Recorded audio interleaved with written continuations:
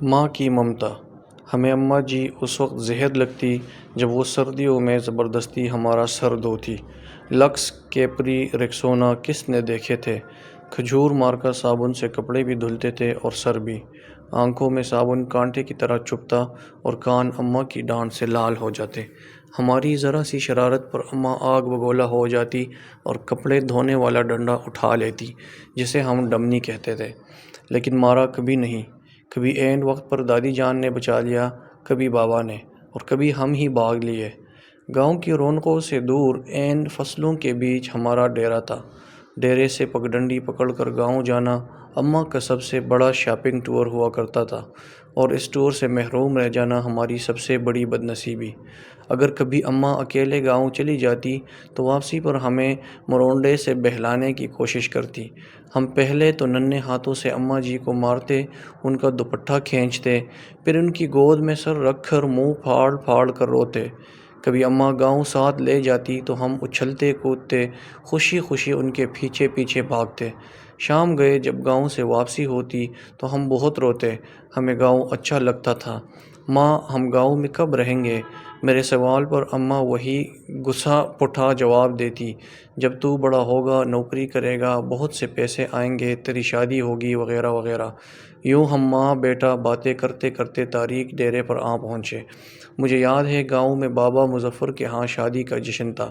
وہاں جلنے بجھنے والی بتیاں بھی لگی تھیں اور پٹاخے بھی پھوٹ رہے تھے۔ میں نے ماں کی بہت منت کی کہ رات ادھر ہی ٹھہر جائے، لیکن وہ نہیں مانی۔ جب میں ماں جی کے پیچھے روتا روتا گاؤں سے واپس آ رہا تھا تو نیت میں فطور آ گیا اور چپکے سے واپس گاؤں لوٹ گیا۔ شام کا وقت تھا۔ ماں کو بہت دیر بعد میری گمشدگی کا اندازہ ہوا۔ وہ پاگلوں کی طرح رات کے اندھیرے میں کھیتوں میں آوازیں لگاتی اور ڈیرے سے لے کر گاؤں تک ہر کونے میں لالٹین لٹکا کر جھانکتی رہی۔ رات گئے جب میں شادی والے گھر سے بازیاب ہوا تو وہ شیرنی کی طرح مجھ پر حملہ آور ہوئی۔ اس رات اگر گاؤں کی عورتیں مجھے نہ بچاتی تو اماں مجھے مار ہی ڈالتی۔ ایک بار ابو جی اپنے پیر صاحب کو ملنے سرگودا گئے ہوئے تھے۔ میں اس وقت 6-7 سال کا تھا۔ مجھے شدید بخار ہو گیا۔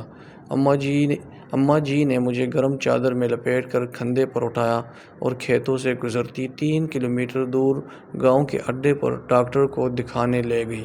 واپسی پر ایک کھالے کو پھلانگتے ہوئے وہ کھیت میں گر گئی، لیکن مجھے بچا لیا۔ انہیں شاید گھٹنے پر چوٹ آئی۔ ان کے منہ سے میرے لیے حسبی اللہ نکلا۔ یہ واقعہ میری زندگی کی سب سے پرانی یادداشتوں میں سے ایک ہے۔ یقیناً وہ بڑی ہمت والی خاتون تھی اور آخری سانس تک محنت مشقت کی چکی پیستی رہی۔ پھر جانے کب میں بڑا ہو گیا اور اماں سے بہت دور چلا گیا۔ سال بھر بعد جب گھر آتا تو ماں گلے لگا کر خوب روتی، لیکن میں سب کے سامنے ہنستا رہتا۔ پھر رات کو جب سب سو جاتے تو چپکے سے ماں کے ساتھ جا کر لیٹ جاتا اور اس کی چادر میں منہ چھپا کر خوب روتا۔ ماں کھیت میں چارہ کاٹتی اور بہت بھاری پونڈ سر پر اٹھا کر ٹوکے کے سامنے پھینکتی۔ کبھی کبھی خود ہی ٹوکے میں چارہ ڈالتی اور خود ہی ٹوکا چلاتی۔ جب میں گھر ہوتا تو مقدور بھر ان کا ہاتھ بٹاتا۔ جب میں ٹوکا چلاتے چلاتے تھک جاتا تو وہ سرگوشی میں پوچھتی، بات کرو، تمہاری فلاں گھر میں ہے۔ وہ جانتی تھی کہ میں پیدائشی عاشق ہوں اور ایسی باتوں سے میری بیٹری فل چارج ہو جاتی ہے۔ پھر ہم نے گاؤں میں گھر بنا لیا اور ماں نے اپنی پسند سے میری شادی کر دی۔ میں فیملی لے کر شہر چلا آیا اور ماں نے گاؤں میں اپنی الگ دنیا بسا لی۔ وہ میرے پہلے بیٹی کی پیدائش پر شہر بھی آئی۔ میں نے انہیں سمندر کی سیر بھی کرائی۔ کلفٹن کے ساحل پر چائے پیتے ہوئے انہوں نے کہا، اس سمندر سے تو ہمارے ڈیرے کا چپڑ زیادہ خوبصورت لگتا ہے۔ ماں بیمار ہوئی تو میں چھٹی پر ہی تھا۔ انہیں کئی دنوں تک بسکوپان کھلا کر سمجھاتا رہا کہ معمولی پیٹ کا درد ہے، جلد افاقہ ہو جائے گا۔ پھر درد بڑھتا تو شہر کے بڑے ہسپتال لے گیا، جہاں ڈاکٹر نے بتایا کہ جگر کا کینسر آخری سٹیج پر ہے۔ خون کی فوری ضرورت محسوس ہوئی تو میں خود بلڈ بینک بیڈ پر جا لیٹا۔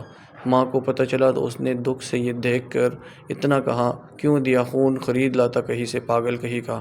میں بمشکل اتنا کہہ سکا، اماں، خون کی چند بوندوں سے تو وہ قرض بھی ادا نہیں ہو سکتا جو آپ مجھے اٹھا کر گاؤں ڈاکٹر کے پاس لے کر گئی تھی اور واپسی پر کھالا پھلانگتے ہوئے گر گئی تھی۔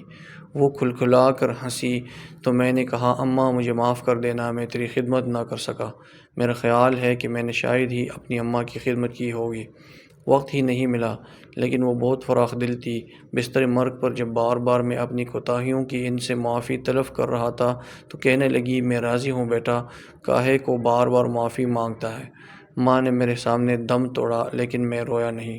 دوسرے دن سر باری ہونے لگا تو قبرستان چلا گیا اور قبر پر بیٹھ کر منہ پھاڑ کر رویا۔ ماں سے بچھڑے مدت ہو گئی، اب تو یقین بھی نہیں آتا کہ ماں کبھی اس دنیا میں تھی بھی کہ نہیں۔ آج بیت اللہ کا طواف کرتے ہوئے پٹھانوں اور سوڈانیوں کے ہاتھوں فٹ بال بنتا بنتا جانے کیسے دیوار کعبہ سے جا ٹکرایا۔ یوں لگا جیسے مدتوں بعد پھر ایک بار ماں کی گود میں پہنچ گیا ہوں۔ وہی سکون جو ماں کی گود میں آتا تھا، وہی اپنائیت، وہی محبت جس میں خوف کا عنصر بھی شامل تھا۔ اس بار منہ پاڑ کر نہیں، داڑھیں مار مار کر رویا۔